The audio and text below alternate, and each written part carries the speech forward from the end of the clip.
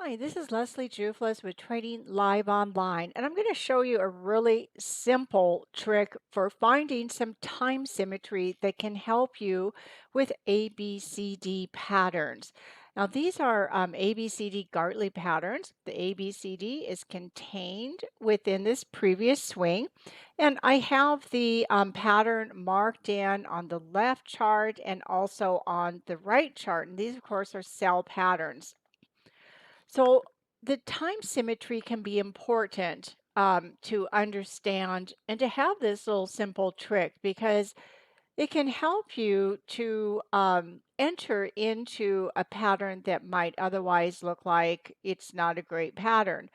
In our classic book, Trade What You See, How to Profit from Pattern Recognition, we talk a lot about warning signs. Some of the warning signs in the pattern come right out of the CD leg with long, wide range bars, and we can see that happened here with this particular pattern. So over here on the A to B leg, we have about 1, 2, 3, 4, 5, 6, 7, 8, 9, 10. We have about 11 bars on the A to B leg, and then you can see the C to D is only 1, 2, 3 bars. So that's a very asymmetrical pattern. You'd want to see the number of bars closer. They don't have to be exact, but having one so different is an asymmetrical pattern.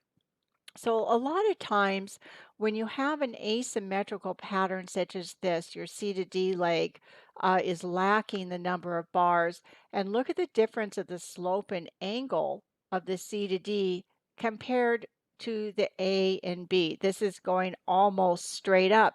See how much space there is there between our cloned CD slope and angle bars, quite a bit of space in that. So that also visually is just telling us we have asymmetry in this pattern. You don't always have to completely stay out of a potential trade setup, but you do have to have a little bit of skill in knowing how to enter the patterns. So let me show you what this trick is. When the asymmetry is present, generally one of two things is going to happen with this pattern. The first thing is that there's a new trend starting in this direction, and the pattern is just going to be kind of a failure because generally this is a sell pattern. You have a trend to the upside. That's not usually a good combination for selling. But the other thing that can happen is that this C to D leg needs some more time to fill out. And very often when that occurs, it'll fill out extending up to around a 127 or 1618 extension. So I'm using here, this is the S&P 500 E-mini. I'm using on the left side, this chart is a 15-minute chart without Globex. So I do not have the overnight data on this chart. And the right chart is a 1600 tick chart. So they're both intraday charts. And this one does have the Globex data on it. So I can see the continuous flow of the prices. Now, here's what you can do, and you can do this so you can actually project where the final completion point might be. And so this is a handy thing to practice. So I'm going to go up here. I'm using Ensign Windows, and they have really great drawing tools for these harmonic patterns. I would really recommend them if you need some charting software for these. But here's how you find the time symmetry. So we have our A to B leg. So I'm just going to draw a line straight down from where the B completed and down to just about the start of the A point here. Now the next thing I'm going to do is I'm going to draw a horizontal line. I'm going to use the start of the A, see right here, and I'm going to draw over to that line we just dropped in, which is the end of the B leg. See if I can make that a little straighter. Well, we'll just have to use that a little bit crooked, but that's okay. Now, how we can find where this might complete, where all this jiggling area is simply by taking that first vertical line and I clone it. And now I'm going to put it over to the beginning of the C point. Whoops, right there. And now this represents the time. This represents the amount of time that it took for this pattern to go from A to B to C. And now we might be able to project where this D point comes in. So I'm going to clone our line that represents the time, and then you can drop it over right on top of your vertical line here. So this represents the market may jiggle around some more and then complete somewhere in this area. It's not always exact. Sometimes this might even be a little bit of an extension, like a 127 or 1618.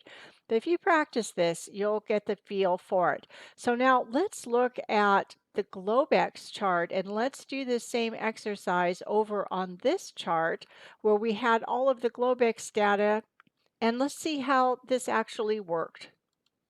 So again, I'm going to take the B to C, or excuse me, the B down to A, down to the start of the pattern, the vertical line. Now my horizontal line, this is the time, this is how much time it took to complete this. I'm going to clone these lines. I'm going to drop this one over to where the C point began. I'm going to clone the time and drop that over. So here you can see that the market extended to the upside just a bit past the 127. This is actually another Fibonacci extension ratio right between the 127 and 1618. That's the 1.4 extension in here. And then, but what's important is you can see right in here, this is where the market started to turn to the downside.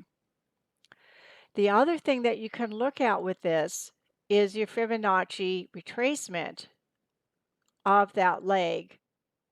And you can see here that was right into a 0.618. So right here where we still had the asymmetry, where we only had 3 bars, if we look at the retracement was just a little bit above this 382. And this can also indicate that it has, maybe some more room to the upside around a 618 or 50. So from here, the market started making, some bearish candles. It was having a hard time moving up past that 0.618 and then finally turned to the downside. But this particular example was pretty much right on the mark of that time symmetry. So this is something that you can really play around with. And of course, again, I mentioned, even though this market has already moved to the downside, when you see this and you don't know what's going to happen, you don't know how far up or how far down, you can do this projection in advance, and then you can be monitoring the market for signs of return, which is going to help you control the risk in your trade and help you with the potential entry into the trade. I hope you found this helpful, and I'll see you on some more videos. I'm Leslie Jouflas with Trading Live Online.